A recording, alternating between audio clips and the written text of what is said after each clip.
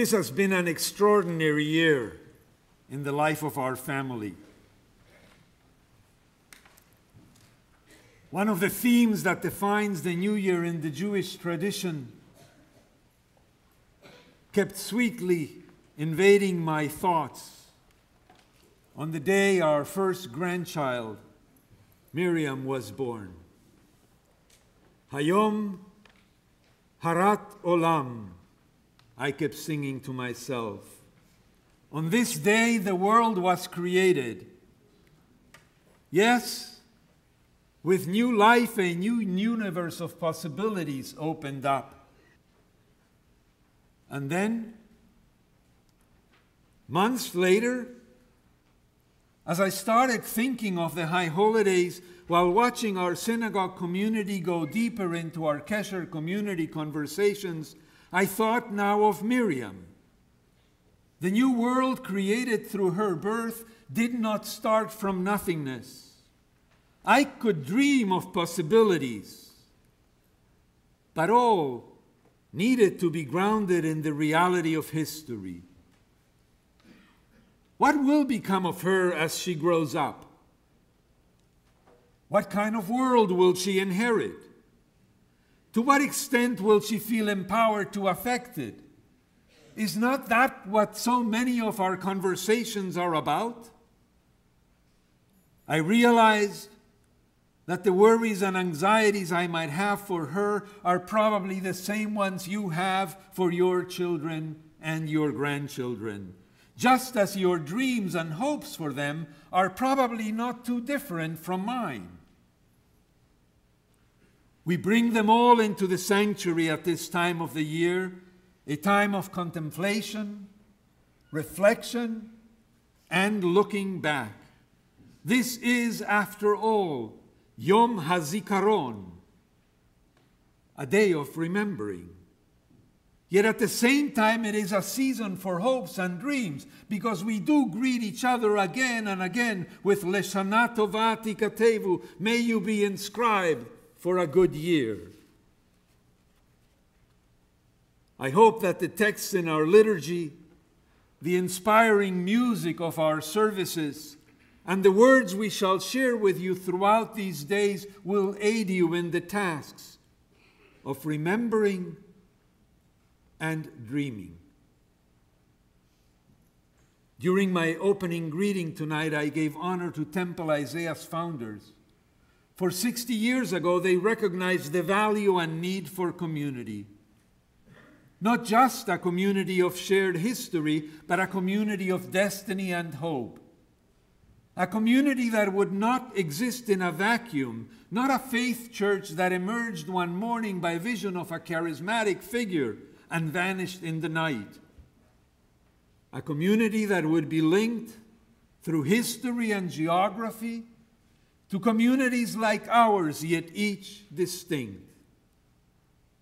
Becoming at one and the same time rooted all the way back to Abraham and Sarah, and to this country, the land of the free and the brave, connected to Israel, the modern state, and to diaspora Jewries everywhere, from the remnants in Europe to the exotic in India and Peru. That was back then. And now, God knows how, we have become the new link. And leaning on our founders, we search for our voice and place. The first part of Kesher had been all about listening to them, those with a long history here at Temple Isaiah. What could we learn from their journey? What were the personal stories they told that, when woven together, ended up creating this legacy for us? We shared the wisdom gleaned with all who wished to hear and learn, and then we moved on to the next step, to listen to our stories. What gets us excited by day? What keeps us up at night? And now we pause For these high holidays may be the perfect time to reflect on how our personal journeys intersect with the very journey of the Jewish people.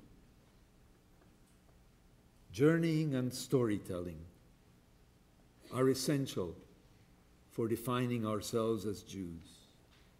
The whole opening chapter of Israel's coming to being is about the story, first of an individual, Avram, then a family and an expanding clan, its encounters with others, its finding a voice that is refined until out of a bush it calls out, redemption comes and a people emerges. The foundation of the Jewish story is based on individual journeys of people who responded, Hineni, here I am, when they were called. And these early stories, which begin to reveal the faith of Israel and the values we hold dear, will make room for laws and traditions later. So it is relevant to ask how our individual stories intersect with the story of our people, how they impact how our Judaism will be then handed down to future generations.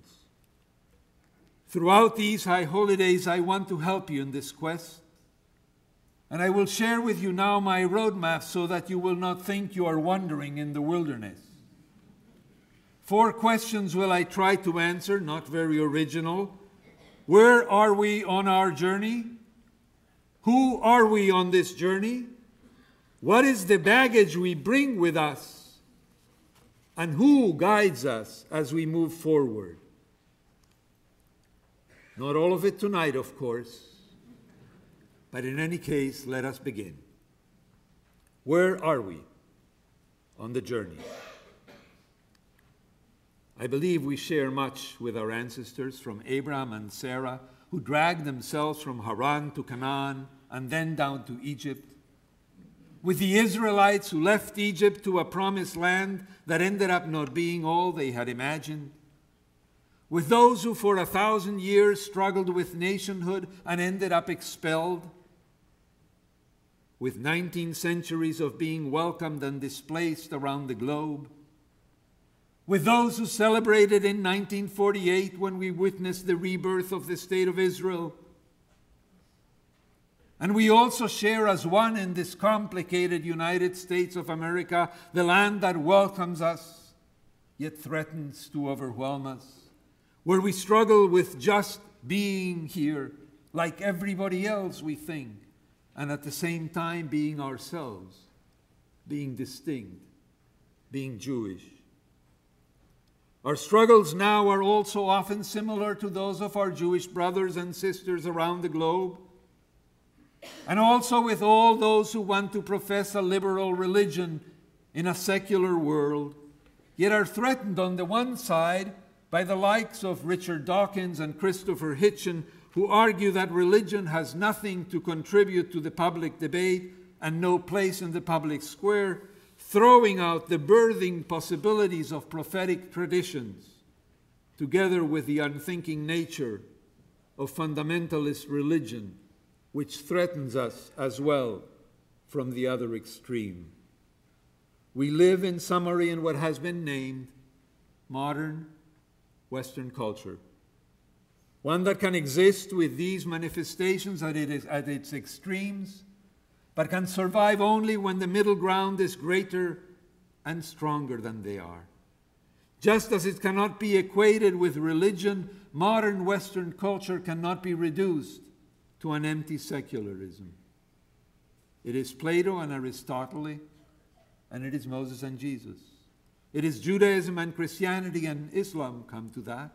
And yes, it is Democrats and Republicans, libertarians and the unaffiliated. This modern Western culture is rich and nuanced and part of our own Jewish creation. In the Jewish language expressed at the end of great debates in the rabbinic tradition, it is Elu ve'elu, pluralistic, inclusive, and democratic. Reductionism will not serve it well, and Judaism will not thrive if the center gives way to either extreme. It's not easy to be a liberal Jew in this contemporary culture. But it is certainly easier than to have been a Jew pre-emancipation, in the darkness of the Middle Ages or under the boot of Rome. It should be liberating and exhilarating for us, freed from the shackles of fundamentalism and liberated from theologies which bear no resemblance with our thinking and turn God into some sort of monster in the sky.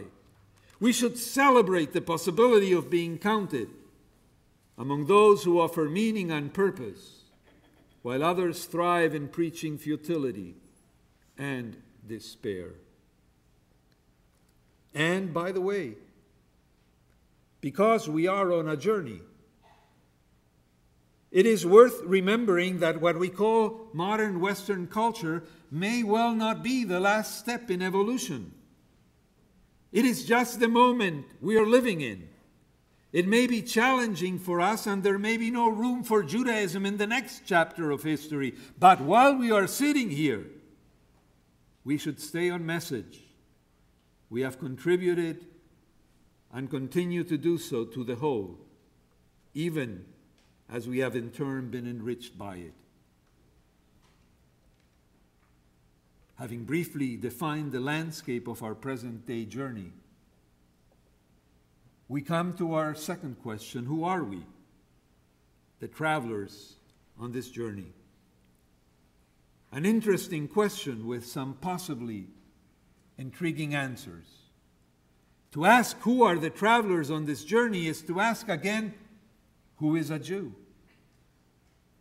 In a dialogue a few months back with members of Israel's Supreme Court, the only non-Jewish member of the court, Salim Jubran, shared with us tongue-in-cheek the following scenario.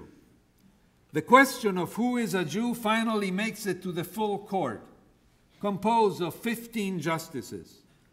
The 14 Jews in the court, Orthodox and secular Jews, atheists and humanists, progressives and conservatives, are evenly split. It is now, by the laws of this state, in the hand of the Christian Maronite sitting in the court to tip the scale. From the inception of our people, we have moved in waves from being inclusive to being exclusive, from the open tent to the fortress mentality. And again, at any point in history, there were probably good claims to be made on both sides of the argument. Those who eventually left slavery in Egypt were, in Torah terms, a mixed multitude. That is, at the opportunity for freedom, non-Israelites jumped on the bandwagon, so to say, to embrace the journey. And it remained mixed until all stood at Sinai and covenanted themselves not just with the Holy One of Israel, but with Israel the people, with each other as well. Many individual paths led to Sinai, but the chain that started there, our story tells us, has not been broken. It has been kept by the descendants of those who stood at Sinai, if there are any, as well as by those who along the way chose to join us by taking on history, faith, and culture. As we progressed on our journey, we became more and more complex, always contributing to the cultures that welcomed us and at the same time borrowing from them. On the one hand, from early Judaism eventually emerged Christianity and then Islam, while on the other hand, we happily took in languages and fashion, diet and superstitions of those among whom we lived. Here in America, after we arrived from a wide variety of lands, we merged, transforming ourselves from Sephardim or Ashkenazim into Reform, Conservative, Orthodox, or whatever. And we continue changing. Look around. The latest population study of our Bay Area community shows that 13% of all Jewish families are multiracial. A similar percentage among us are gay, lesbian, or transgender. Our assumptions about color and gender identification are clearly in need of an update. There are, paraphrasing Don Kepler, more flavors of Jews all around us than we ever thought possible. And they should be, if they are not, be part and parcel of the richness of our congregation. The collective journey is, after all, a composite of individuals. Rarely have we marched in lockstep as mindless foot soldiers. That is not who we Jews are. Our history is constantly striving to balance the strength of the collective in times of kings and in the medieval ghettos, in the professional guilds of preachers, rabbis, and sages, with the power of one, the sovereign, creative self that pushes our limits and expands our vision, the prophet of old, the philosopher who looks out, the first woman who said, "I want to be a rabbi."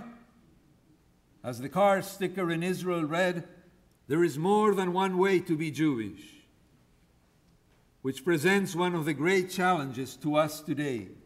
Some of us come to you, your rabbis, asking for more regimentation as to what Jews who belong to Isaiah should be doing in social action and tzedakah, in synagogue and home observance, in politics and ritual. It's not going to happen. For even if I would take my shoe off and slam it on the pulpit, imposed uniformity in our midst will not work. If you have found something you love about your Jewish practice, go share it with your friends. Encourage them to try it and see if they feel thus enriched. And should they come to you with a new idea that was appealing to them, try it out. It is by sharing our loves, our commitments, and our covenants that we will expand the limits of how we are Jewish. Our communal obligation is to capture the Jew in you wherever it is and bring you in. But you, each of you in turn, need to recognize that the Jew in you cannot live in splendid isolation from one Rosh Hashanah to the next. No man is an island in Jewish term means you need a minion to be Jewish. Autonomy, as highly as it is prized, is not a Jewish value in and of itself. Who are we on this journey? Those born Jews who always understood themselves as Jews, and the born-again Jews who got lost for a while and then returned. Those who embrace Judaism by converting, and those who embrace it by marrying into our midst and wishing this to be what their children one day will embrace. It is an odd group, white and Latino, Asian and black, gay and straight, tenuously and sometimes uncomfortably sharing this road which goes all the way back to Sinai. In looking at a newborn child, we discover a whole new world and our potential to shape it. It now hinges on us. This is what makes us a community of faith, which moves forward towards the realization of a messianic vision of repair, of wholeness restored for us and the world. We begin with memory of our family, of our people's history. Yom HaZikaron, memory the first step. Without history there is no future. Without memory there will be no dreams. May you dream worthwhile dreams in the new year, and may they come true for you and your loved ones. May prosperity return to our country, peace to our brothers and sisters in the state of Israel, peace to the world. Leshana Tova Tikatevu, be inscribed for a good year.